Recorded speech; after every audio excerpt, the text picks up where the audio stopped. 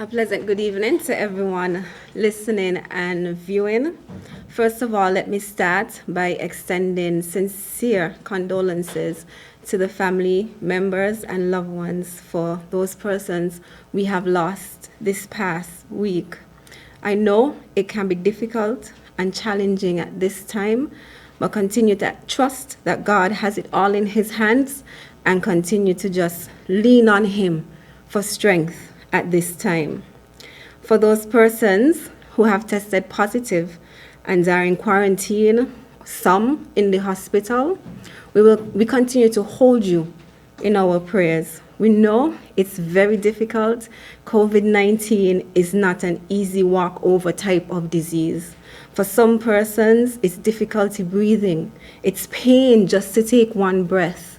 For some persons, all of their muscles, everything hurts. And so it's a lot to deal with. Not being able to be with loved ones and friends, not having the opportunity to have persons to come and visit while you're at your lowest. But you have to be able to be strong so that you can get healthy and you can overcome the coronavirus. And so at this time, I just want to continue to make a plea to everyone.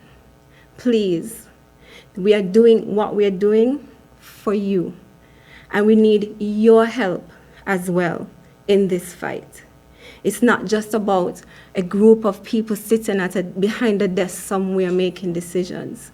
It's about thinking about how can we best protect you. Our staff in the Ministry of Health continues to work extremely hard with contact tracing, with testing. Our nurses are following up with positive cases to make sure that they're staying healthy for us to continue to do what we can do, but we also need your help.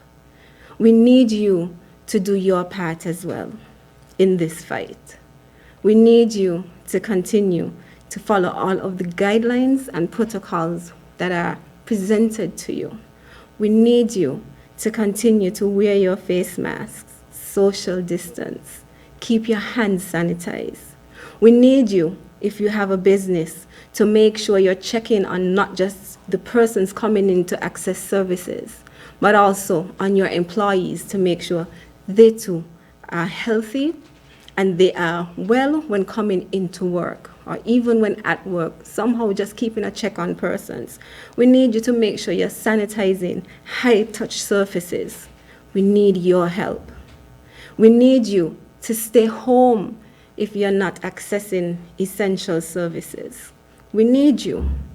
And so I'm just making an appeal to everyone.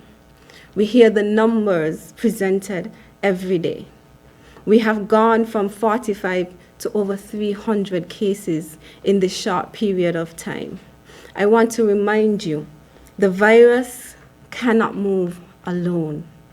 The virus depends on us as humans to move in order for it to move. In order for those numbers to keep rising, we are the ones that have to move in order for the virus to move. And so I'm making a strong appeal to everyone. Let us think about our family and loved ones and keeping them safe. It's not just about us as individuals, but it's about a whole group. Our family, loved ones, community, the children who can't be vaccinated, the elderly who can't be vaccinated. We have to think about the collective whole as we continue to fight this good fight.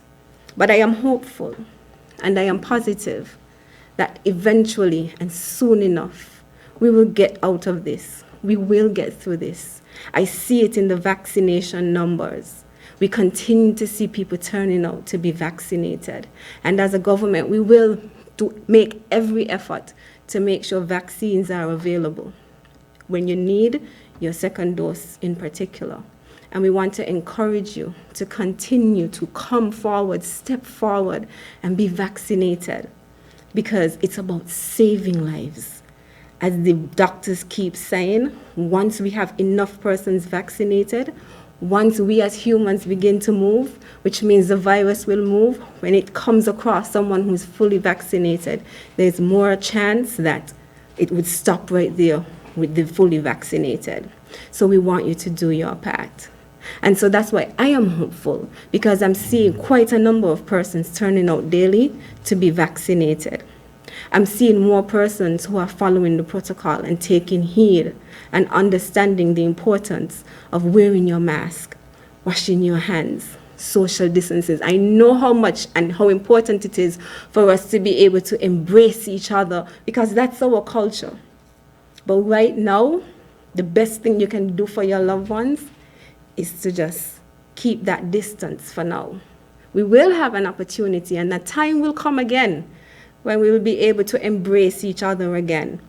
But right now is not the time for that, because right now we're just trying to be able to keep everyone safe. And it's all of us continuing to work together is how we will get it done. And so I want to thank you all in advance for doing your part, so that hopefully when we get out of this, everyone remembers it's still a pandemic out there. The entire world is still in a pandemic. And so we have to keep all of our guards up. We have to remember to follow these protocols. We are hoping and praying for changed behavior once we get out of the crisis that we are in now. We do not know yet the variant that we're dealing with, but we know for sure we'll be able to overcome this.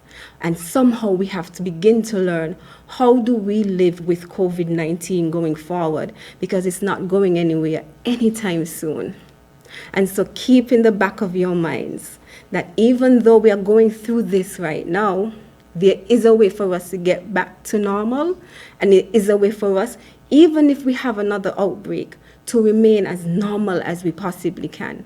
And that is through 1, vaccination, 2, wearing our face mask, 3, keeping our hands clean, even if you have to walk with a small soap and a small bottle of water in your bags or on you wherever you go, and 4, social distancing.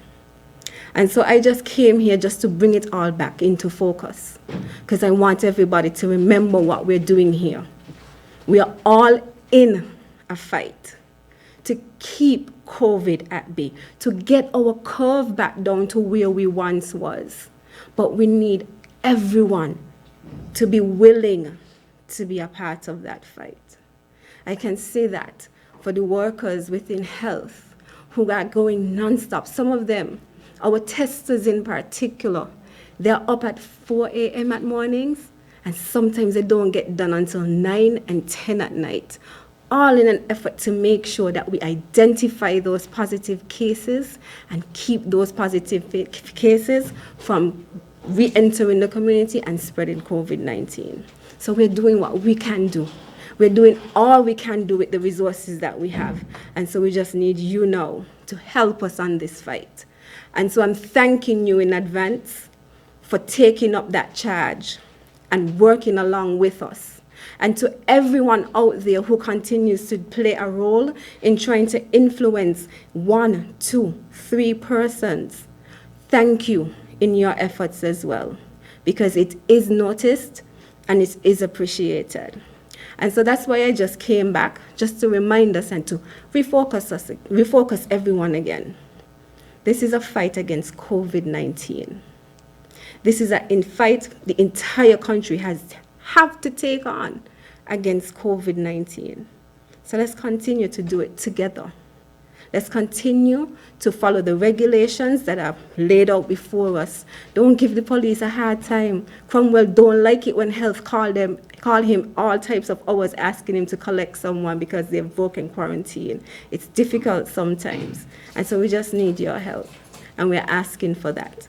And we will be able to get through it together, as long as we all understand that our fight right now is against COVID-19, nothing else. It's St. Kitts and Nevis, all of us, against COVID-19. So everyone have a blessed night, and please remember and keep that in mind as we continue to fight that good fight against COVID-19. Thank you.